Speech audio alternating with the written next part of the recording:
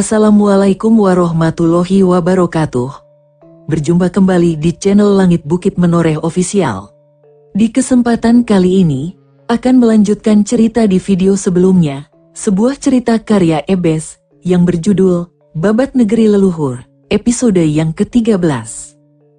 Sebelum kita masuk ke ceritanya, tekan dulu tombol like video ini dan jangan lupa tekan juga tombol subscribe channel ini, dan nyalakan juga lonceng notifikasinya, agar tidak ketinggalan cerita-cerita lainnya. Dan seperti apa untuk kisahnya kali ini, langsung saja kita masuk ke ceritanya.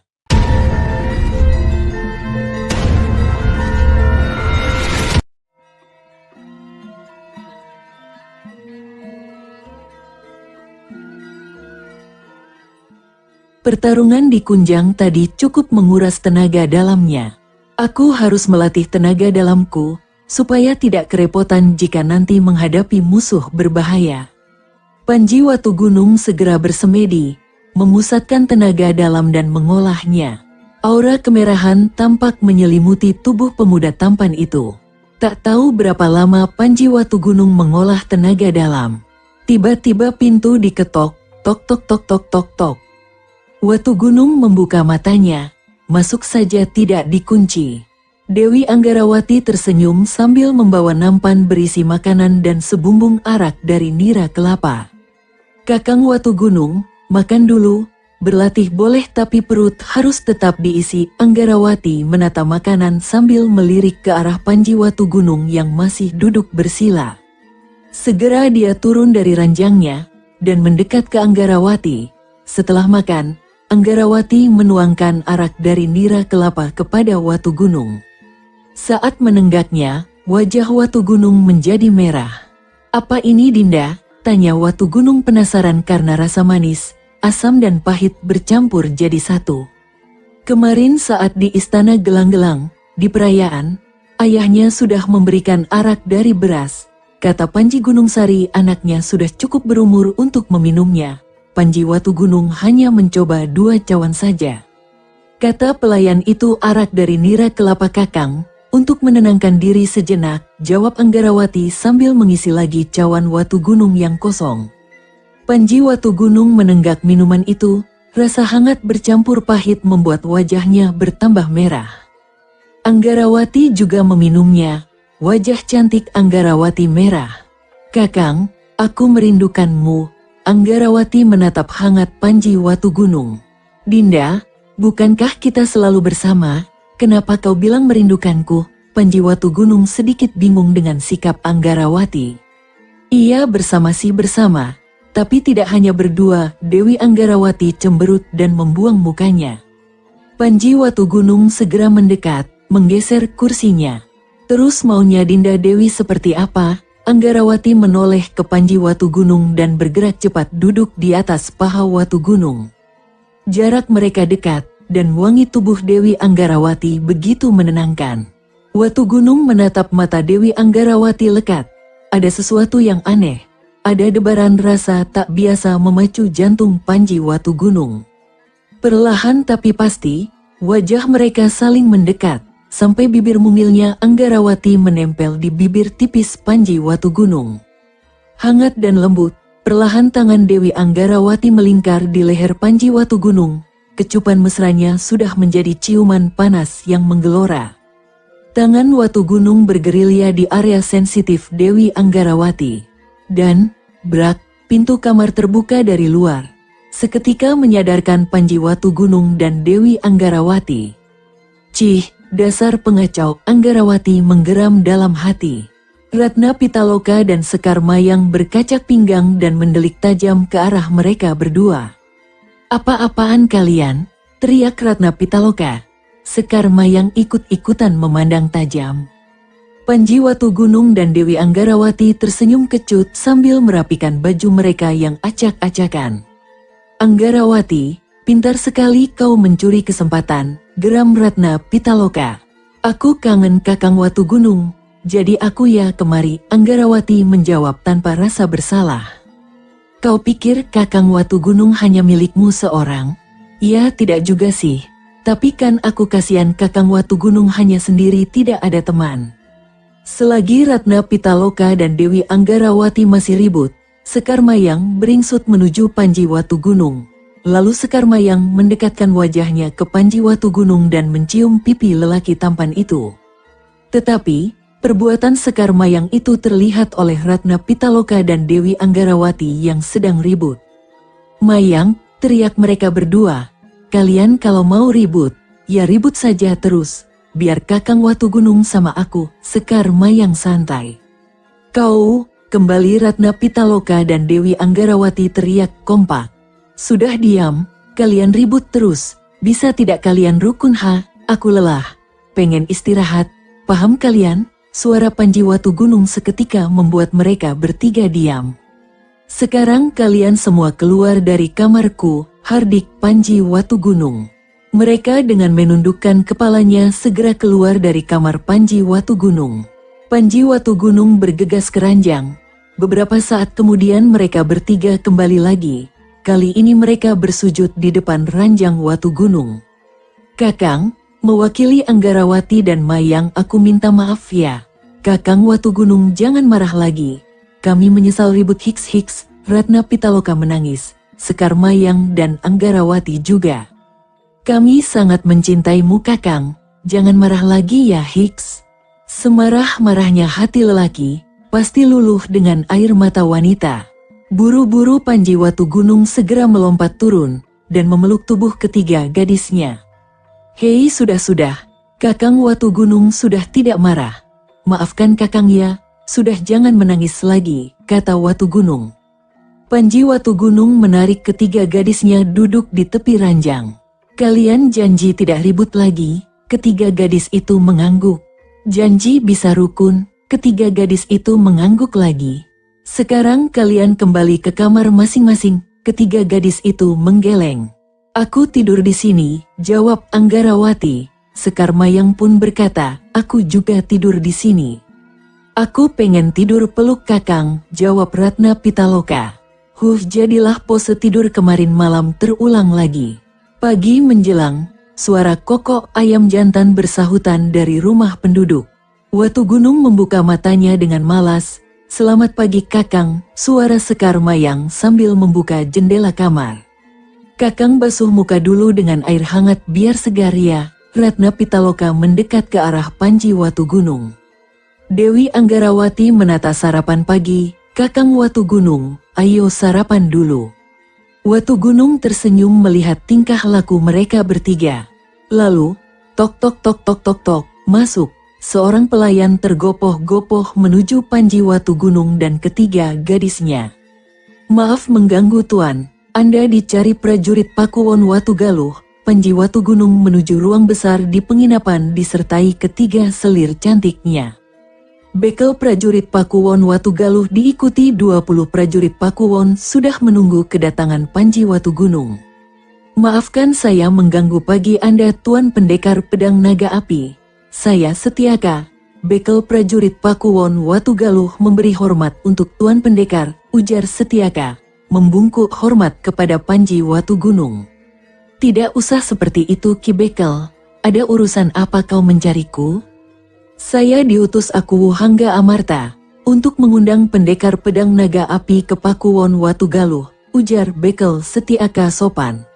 "Lalu, ada kepentingan apa Aku Watu Galuh mencariku?" "Aku tidak ada urusan dengan Pakuwon Watu Galuh," sahut Panji Watu Gunung. "Begini Tuan Pendekar, cucu Aku Watu Galuh yang bernama Dewi Tunjung Biru dalam perjalanan pulang dari Padepokan Padas Putih telah diculik. Menurut berita yang kami dapatkan, mereka berasal dari perguruan Kalajengking Biru dari Alas Lor," tutur Ki Setiaka menjelaskan. Kalajengking Biru sebuah perguruan aliran hitam yang cukup disegani. Anggota mereka lebih dari 500 orang dengan kepandaian bela diri tinggi disertai pengetahuan racun keji. Pemimpin mereka, Dewi Kalajengking Biru, adalah salah satu dari 10 jagoan aliran hitam di era Kahuripan. Mereka perguruan racun Ki Bekel. Kalau kita tidak memiliki kemampuan soal racun, melawan mereka sama dengan cari mati, ujar Watu Gunung disertai anggukan ketiga gadis di belakangnya. "Soal itu kami mengetahui. Sudah ada ahli racun yang akan ikut menyelamatkan Dewi Tunjung Biru jika Tuan Pendekar bersedia membantu, jawab Ki Setiaka. Baiklah, kita temui dulu Ki Aku dan aku ingin melihat sampai sejauh mana persiapannya. Watu Gunung berdiri diikuti ketiga selirnya, dan Bekel Setiaka. Mereka lalu berangkat menuju Istana Pakuwon Watu Galuh. Sesampainya di Istana Pakuwon Watu Galuh, Panji Watu Gunung segera disambut langsung oleh Akuwu Hangga Amarta. Lelaki sepuh berambut putih itu masih terlihat gagah meski usianya tak lagi muda. Selamat datang di Pakuwon Watu Galuh, Tuan Pendekar Pedang Naga Api. Mari silahkan duduk, ujar Akuwu Watu Galuh. Terima kasih Ki Kuwu atas sambutannya. Saya merasa terhormat diundang oleh Ki Kuwu Hangga Amarta, jawab Watu Gunung sopan. Setelah semua duduk di kursi, pelayan segera menyajikan makanan dan minuman untuk mereka. Usai bersantap, mereka lalu berbicara tentang rencana penyelamatan Dewi Tunjung Biru. Apa rencana Ki Kuwu selanjutnya? Tanya Watu Gunung setelah Akuwu Watu Galuh menjelaskan semuanya. Saya ingin menyelamatkan nyawa cucu saya Tuan Pendekar. Apapun risikonya siap saya tanggung. Saya sudah menyurati Empu Wanabaya di Padas Putih. Tapi sampai saat ini, pembawa berita belum juga kembali. Saya semakin takut dengan nasib yang menimpa Dewi Tunjung Biru, jawab Akuwu Watu Galuh dengan tatapan sendu. Begini Ki Kuwu, kalajengking biru itu perguruan racun. Kalau kita ke sana tanpa persiapan, sama saja pengen mati konyol. Kalau Ki Kuwu memiliki pendekar atau tabib ahli racun, itu akan sangat membantu upaya yang Ki Kuwu lakukan, ujar Panji Watu Gunung. Saya mengerti Tuan Pendekar. Saya sudah menyewa seorang pendekar yang juga seorang tabib untuk membantu, ujar Akuwu Watu Galuh. Lalu memanggil salah satu prajurit Pakuwon Watu Galuh. Panggil Dandaka kemari. Tak berapa lama, prajurit itu kembali bersama seorang lelaki paruh baya berpakaian serba putih. Ini dia Tuan Pendekar. Perkenalkan ini Dandaka atau lebih dikenal dengan julukan Tabib Putih, kata sang Akuwu Watu Galuh. Kakek yang dipanggil Tabib Putih segera membungkuk hormat kepada Akuwu Watu Galuh dan Panji Watu Gunung. Saya Dandaka. Orang-orang biasanya menyebut saya Tabib Putih. Mohon izin untuk bergabung bersama menyelamatkan Gusti Putri Tunjung Biru. Panji Watu Gunung segera meneliti Tabib Putih dengan seksama. Melihat tampilannya seusia gurunya Empu Sakli, tapi raut wajahnya segar seperti berusia 40-an. Hanya ini atau masih ada lagi Ki Kuwu? Tanya Watu Gunung. Sementara hanya dia Tuan Pendekar, tapak malaikat dan Dewi Kipas Besi masih dalam perjalanan ke sini, jawab Akuwu Watu Galuh. Baiklah, kita tunggu semua berkumpul dulu Ki Akuwu, baru kita pikirkan langkah selanjutnya. Masalah ini tidak bisa dianggap remeh. Bukan karena saya takut, tapi menghadapi kalajengking biru kita harus benar-benar siap, ujar Panji Watu Gunung seraya berdiri. Kami mohon diri dulu Ki Kuwu, kami berjanji membantu karena Dewi Tunjung Biru saudara seperguruan kami. Usai menghormat, Panji Watu Gunung dan ketiga selirnya kembali ke penginapan. Akuwu Watu Galuh apa tidak salah orang menyewa mereka? Sepertinya mereka takut pada kalajengking biru, ujar salah satu pengawal pribadi Akuwu Watu Galuh. Kalau bicara hati-hati, mereka pendekar muda yang sedang naik daun. Kau mau dibantai seperti 4 setan dari Gunung Kematian, jagoan sakti seperti mereka saja tak berdaya lawan mereka, sahut seorang prajurit lainnya. Keesokan harinya, tapak malaikat, Dewi Kipas Besi, Tabib Putih dan Akuwu Watu Galuh sudah berkumpul saat Panji Watu Gunung dan ketiga gadisnya datang bersama Ki Bekel Setiaka. Tapak malaikat adalah seorang pendekar bertubuh gempal dengan kulit hitam dan mata yang tajam. Dewi Kipas Besi adalah pemimpin aliran putih kecil perguruan Kipas Besi. Setelah saling memperkenalkan diri, Panji Watu Gunung mulai bertanya pada Akuwu Watu Galuh. Apa rencana Ki Kuwu setelah kami siap berangkat? Saya berencana untuk membawa 300 orang prajurit Pakuwon Watu Galuh terlatih Tuan Pendekar. Sisanya biar menjaga keamanan di Pakuwon. Selain Bekel Setiaka, saya juga membawa 2 wakil Bekel untuk membantu, jawab aku. Watugaluh menjelaskan. Menurut berita, kalajengking biru beranggota 500 orang namun sebagian besar menyebar membentuk cabang di beberapa tempat Kikuwu, yang di pusat hanya Dewi Kalajengking Biru, 2 murid utama, dan 6 sesepuh dengan sekitar 200 anggota, timpal tapak malaikat. Namun dengan adanya tokoh utamanya, kita tidak bisa meremehkan begitu saja Tuan Tapak Malaikat. Mereka ahli racun terkenal di golongan hitam, potong Dewi Kipas Besi. Aku sudah pernah merasakan pahitnya bertanding melawan mereka. Kalau kakak seperguruanku tidak membantuku, mungkin aku sudah tewas. Kita memang tidak boleh gegabah. Maaf Kikuwu, apa tidak ada informasi tentang bagaimana letak perguruan Kalajengking Biru? Itu sangat membantu kita bila ingin menang dalam penyerbuan ini, tanya Watu Gunung penasaran. Ada Tuan Pendekar, menurut berita perguruan mereka berpagar kayu besar dan ada 3 pintu masuk, letaknya di tengah alas lor, pohonnya tinggi-tinggi dan hanya ada 2 jalan masuk lewat sisi selatan dan barat, sahut aku. Watugaluh.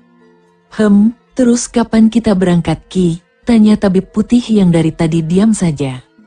Besok Tuan Tabib, hari ini semua perbekalan dan kuda sedang disiapkan. Baiklah, karena sudah sepakat kami kembali ke penginapan lebih dahulu. Besok pagi kami sudah sampai di sini saat kita berangkat. Kami mohon diri, Panji Watu Gunung dan ketiga gadisnya segera membungkuk hormat dan meninggalkan istana Pakuwon Watugaluh.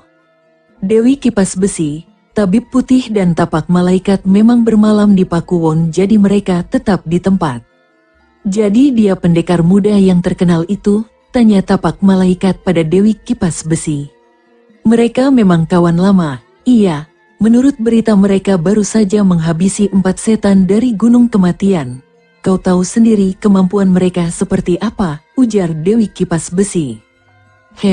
Lalu siapa gadis-gadis cantik yang mengiringinya? Tanya Tapak Malaikat penasaran. Menurut berita, mereka berasal dari tempat berbeda-beda tapi memiliki kemampuan yang tak bisa diremehkan. Dengar-dengar, setan pendek tewas di tangan gadis berpedang kembar tadi, Dewi Kipas Besi menjelaskan. Tapak Malaikat manggut-manggut saja. Sementara itu, Panji Watu Gunung dan ketiga gadisnya sudah sampai di penginapan. Dinda Anggarawati, pemberian Ki Ajar Panitih masih kau simpan? Tanya Watu Gunung.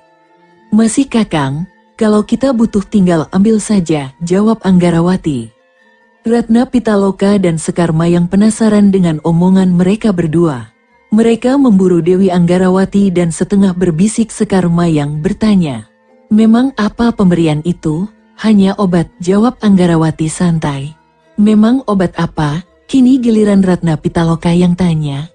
Merasa kesal, Dewi Anggarawati segera menjawab, obat kuat, apa? Teriak kaget Ratna Pitaloka dan Sekar Mayang bersamaan. Dewi Anggarawati tertawa cekikikan, puas dia mengerjai mereka berdua. Sudah diam, jangan ribut. Hari ini aku ingin berlatih tenaga dalam. Kalian tidur di kamar masing-masing. Jangan ada yang menggangguku, ujar Panji Watu Gunung seraya melangkah masuk ke kamarnya dan menutup pintu dari dalam. Ketiga gadis itu saling pandang.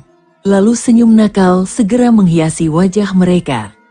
Kang Bok, aku ingin belanja pakaian di pasar sore dekat istana Pakuwon.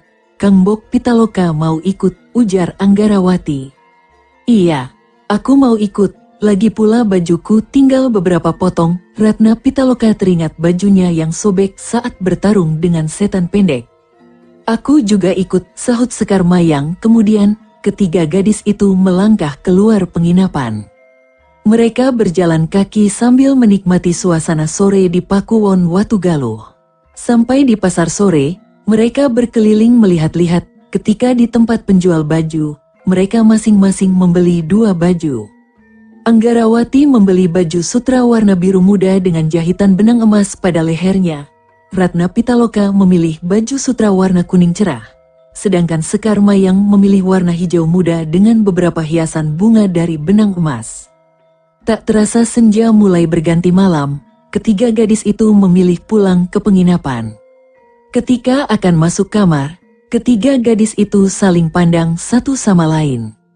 Sekar Mayang yang paling jahil, segera mendekati Ratna Pitaloka dan Dewi Anggarawati dan membisikkan sesuatu. Tok tok tok, tok tok tok, siapa? Suara dari dalam kamar. Pelayan Tuan Pendekar, mengantar makan malam, suara pelayan menyahut. Kriet, pintu kamar terbuka dan pelayan masuk mengantar makanan. Di belakang pelayan ketiga gadis cantik itu mengikuti. Hem dengusan terdengar dari Panji Watugunung. Selesai meletakkan makanan, pelayan mundur, ketiga gadis itu masih di sana.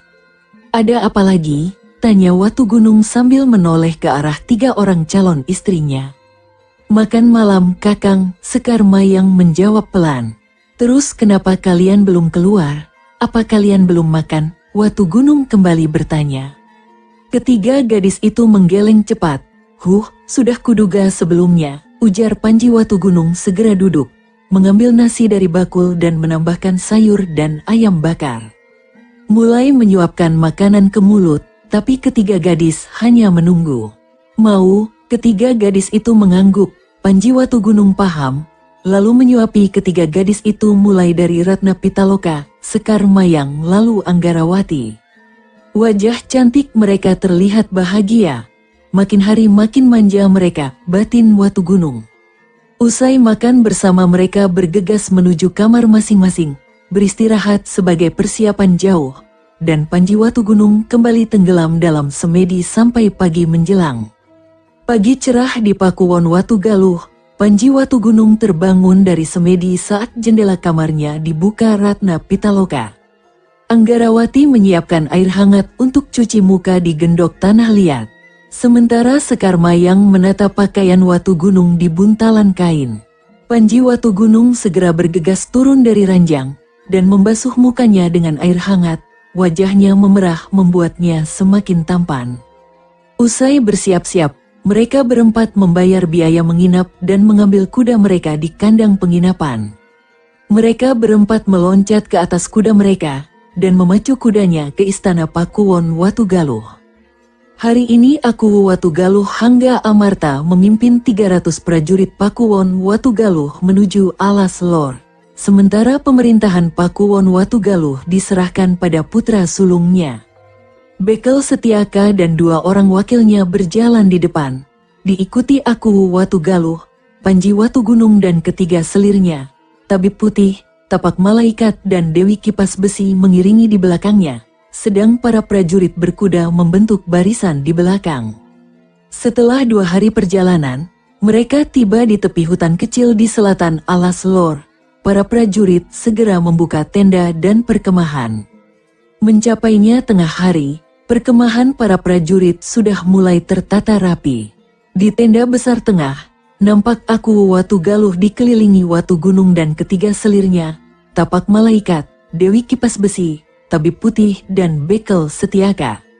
Gusti Kuwu, menurut laporan Telik Sandi, jalan masuk ke Alas Lor banyak jebakan, kebanyakan beracun, lapor Bekel Setiaka. Aku sudah menyiapkan penawar racun, Ki Bekel tidak usah khawatir, ujar Tabib Putih sambil membuka kotak kayu berisi ratusan pil kecil berwarna hitam. Aku Watugaluh tersenyum puas melihat kesiapan Tabib Putih. Ki Kuwu, sebaiknya aku dan ketiga selirku berangkat lebih dulu ditemani Tapak Malaikat dan Dewi Kipas Besi. Maksudku, agar perhatian Kalajengking Biru terfokus pada Ki Kuwu saja, sedangkan kami bisa segera membebaskan Dewi Tunjung Biru. Kita tidak akan perang terbuka dengan perguruan Kalajengking Biru. Jadi pasukan Ki Kuwu bergerak perlahan dari jalan selatan, sedangkan aku dan rombongan penyusup akan masuk dari arah barat. Bagaimana menurut Ki Kuwu? Usul dari Watugunung. Apa yang mendasari pertimbangan Tuan Pendekar Pedang Naga Api? Tanya Aku Watugaluh. Aku pernah mendengar Ki, kalau jagoan dari Kalajengking Biru di dunia persilatan dari aliran hitam memiliki kemampuan bela diri hebat, ditambah kemampuan mereka soal racun. Aku mengusulkan itu agar tidak jatuh korban banyak. Ki Kuwu, Panji Watugunung menjelaskan. Pendekar muda itu benar Ki Kuwu, 2 murid utama Kalajengking Biru itu mengerikan, sahut Dewi Kipas Besi. Baik kalau begitu, kapan kita bergerak? Tanya Aku Watugaluh. Setelah pertemuan ini, kelompokku akan bergerak lebih dulu Ki Kuwu. Usai pertemuan itu, kelompok kecil Panji Watu Gunung segera bergerak memutar menuju barat. Mereka memacu kudanya dengan cepat. Menjelang senja, langit berwarna merah. Rombongan kecil Panji Watu Gunung sudah tiba di tepi alas lor dari arah barat. Mereka memilih berjalan kaki lewat jalan setapak. Dengan hati-hati, mereka maju ke dalam hutan. Panji Watu Gunung segera melompat ke pohon besar, menuju pucuk pohon untuk mengamati sekitarnya. Sekitar 200 tombak di arah timur, terlihat bangunan perguruan Kalajengking Biru yang berpagar kayu gelondongan besar. Panji Watu Gunung segera melayang turun, dan semua orang bergegas mendekatinya. Mereka ada di depan. Kita berhenti dulu sejenak di sini. Setelah tengah malam, kita bergerak. Terlalu berbahaya jika kita bergerak sekarang, bisik Watu Gunung. Semua orang mengangguk tanpa suara. Tiba-tiba, suara langkah kaki mendekat. Panji Watu Gunung segera menarik tubuh Sekar Mayang dan Anggarawati untuk bersembunyi di balik pohon besar. Ratna Pitaloka mengekor di belakang. Tapak Malaikat dan Dewi Kipas Besi melompat ke arah gerumbul semak belukar. 3 orang lelaki berbaju biru gelap, berjalan beriringan. 2 orang memikul seekor babi hutan kecil. Panji Watu Gunung melirik ke arah tapak malaikat. Anggukan kepala dari tapak malaikat tanda siap menghabisi. Panji Watu Gunung mencolek Ratna Pitaloka. Mereka bertiga melesat ke arah sosok berbaju biru gelap. 2 orang yang memikul babi hutan tak sempat mengelak saat pukulan tapak malaikat menghajar dadanya, sedang pemikul di depan langsung tewas saat pedang Ratna Pitaloka membabat lehernya. Sosok lain tak bisa bergerak saat bayangan merah hitam Watu Gunung melesat menotok urat nadi di dadanya. Kukira paham kodeku, malah dibunuh, ujar Watu Gunung. Maaf Kakang, kelepasan, jawab Ratna Pitaloka. Sedangkan tapak malaikat hanya tersenyum simpul. Watu Gunung segera mendekati pria berbaju biru gelap yang ditotoknya. Kalau kau menurut pada kami, nasibmu tidak akan seperti 2 temanmu itu. Kalau kau mau, kedipkan matamu. Sosok pria berbaju biru gelap mengedipkan matanya. Panji Watu Gunung segera melepaskan totokannya. Tuk-tuk. Apa kau tahu tempat para tahanan? Iya, saya tahu. Di sebelah barat rumah pemimpin kami, jawab anggota Kalajengking Biru itu. Apa ada seorang gadis ditawan di sana? Tanya Watu Gunung. Ada Tuan, seorang gadis berpakaian seperti bangsawan ada di sana. Ditangkap oleh Tuan Tangan Kalajengking, pemimpin sementara perguruan Kalajengking Biru, jawab anggota Kalajengking Biru takut melihat sorot mata tajam Panji Watu Gunung. Lalu pemimpin kalian kemana? Dewi Kalajengking Biru bersama Tuan Kaki Kalajengking sedang di padepokan Bukit Jerangkong, diundang Iblis Bukit Jerangkong. Apa saya sudah boleh pergi Tuan? Tanya anggota Kalajengking Biru itu. Boleh, anggota Kalajengking Biru itu segera berlari tapi sebuah pisau terbang melayang cepat menembus tenggorokannya. Orang itu tewas seketika. Panji Watu Gunung segera menoleh, Anggarawati senyum-senyum. Terlalu berbahaya melepaskannya Kakang. Panji Watu Gunung mendengus panjang, lalu melesat menuju pintu gerbang barat perguruan Kalajengking Biru. Panji Watu Gunung dan rombongannya berhenti di luar gerbang barat perguruan Kalajengking Biru. Dari jarak 8 tombak, mereka mengamati sekeliling. Terlihat 2 penjaga di pos yang dibangun mengapit gerbang dari kayu gelondongan. 2 pemanah di atas gerbang tampak bersiaga. Tuan Tapak Malaikat, bereskan penjaga di sebelah kiri. Aku akan membereskan yang sebelah kanan. Dinda Anggarawati, setelah aku dan Paman Tapak Malaikat selesai, lempar pisaumu pada 2 pemanah di atas. Usahakan pada batang tenggorokan agar tidak ada suara. Sudah mengerti, semua mengangguk. Panji Watu Gunung segera bergegas melesat cepat menuju penjaga sebelah kiri. Tapak Malaikat juga bergerak cepat menuju sebelah kanan gapura. 2 penjaga gapura tidak melihat saat 2 orang menuju ke arah mereka. Langsung terkejut saat Watu Gunung dan Tapak Malaikat sudah mencengkeram leher mereka. Kreyek, mereka tewas tanpa bersuara.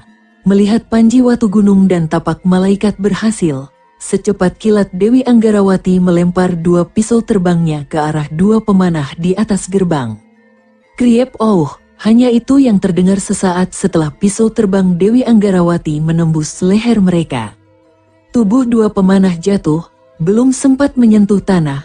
Ratna Pitaloka dan Sekar Mayang telah menangkap mayat mereka dan menyeret ke samping pohon besar di sebelah semak belukar.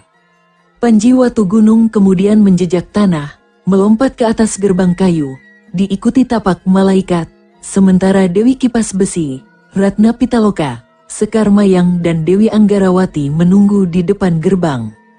Tapak malaikat menepuk tangan Panji Watu Gunung dan menuding ke tengah perkampungan pada sebuah rumah besar.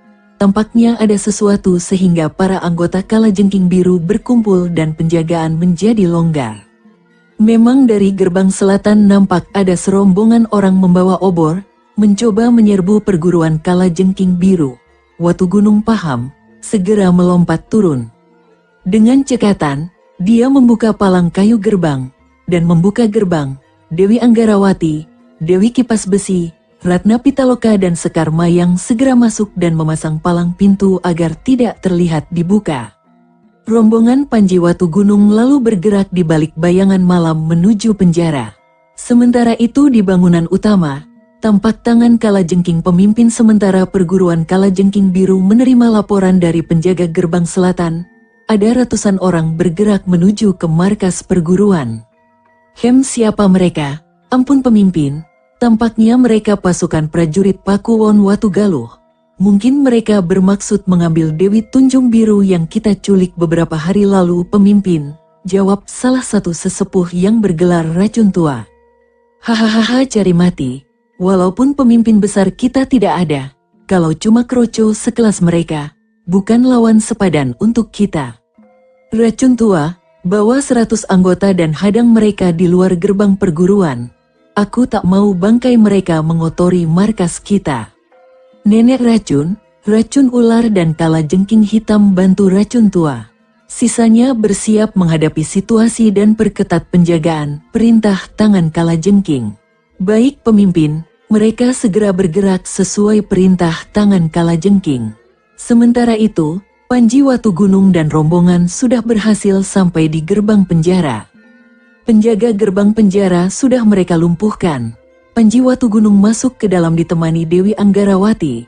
Sedangkan Ratna Pitaloka, Tapak Malaikat, Dewi Kipas Besi dan Sekar Mayang berjaga di pintu keluar.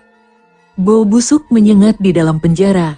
Dewi Anggarawati hampir muntah namun segera mengikat separuh wajah dengan kain agar tidak mencium bau busuk. Rata-rata yang ditahan terlihat mengenaskan dengan bekas penyiksaan kejam. Sampai di satu ruang tahanan yang agak besar, Panji Watu Gunung melihat Dewi Tunjung Biru diikat pada tiang. Panji Watu Gunung mengenalinya karena dulu sewaktu masih di padepokan mereka pernah bertemu beberapa kali. Segera Panji Watu Gunung membuka pintu tahanan dengan kunci yang dirampas dari penjaga. Watu Gunung segera membuka ikatan Dewi Tunjung Biru dan segera menggendongnya karena wanita itu pingsan. Mereka segera bergegas keluar menuju gerbang penjara. Lalu rombongan itu bergerak cepat menuju pintu gerbang barat. Belum sempat sampai di pintu gerbang barat terdengar teriakan keras. Ada penyusup masuk, lonceng segera berbunyi.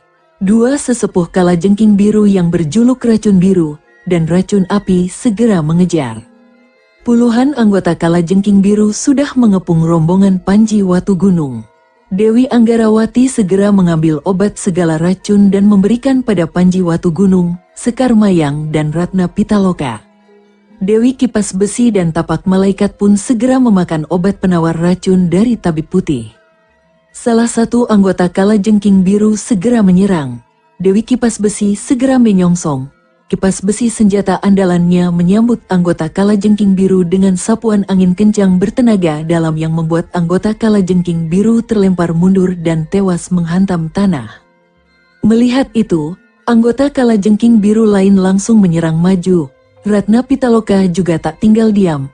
Segera mencabut pedang bulan kembarnya melesat maju ke arah anggota Kalajengking Biru. Sekar Mayang segera melompat mengibaskan selendang es ke arah anggota Kalajengking Biru lainnya. Pertarungan sengit terjadi. Namun anggota Kalajengking Biru bukan tandingan Sekar Mayang, Ratna Pitaloka maupun Dewi Kipas Besi. Dalam beberapa saat puluhan anggota Kalajengking Biru tewas bersimbah darah. Racun Biru marah besar melihat anggota Kalajengking Biru dibantai. Kakek tua berjenggot biru melesat ke arah rombongan Panji Watu Gunung. Tapak malaikat segera menyongsong. Serangan tinju racun biru beradu dengan tapak malaikat berlangsung seru karena keduanya memiliki kemampuan kanuragan berimbang.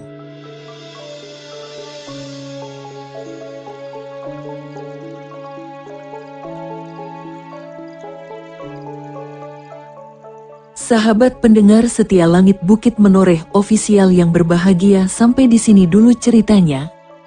Bagaimana kelanjutan kisahnya? Nantikan kelanjutan cerita ini di video berikutnya.